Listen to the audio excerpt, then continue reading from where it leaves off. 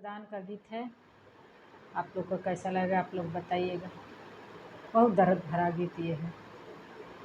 बाबा ही बाबा पुकारिला, बाबा ना बोले ना, बाबा की बल जोरी सिंदूर बर डाले ना।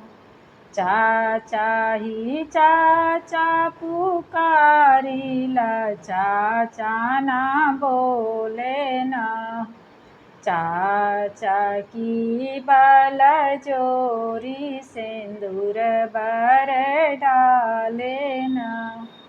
भैया ही भैया पुकारिला, भैया ना बोले ना, भैया की बल जोरी सिंदूर बर डाले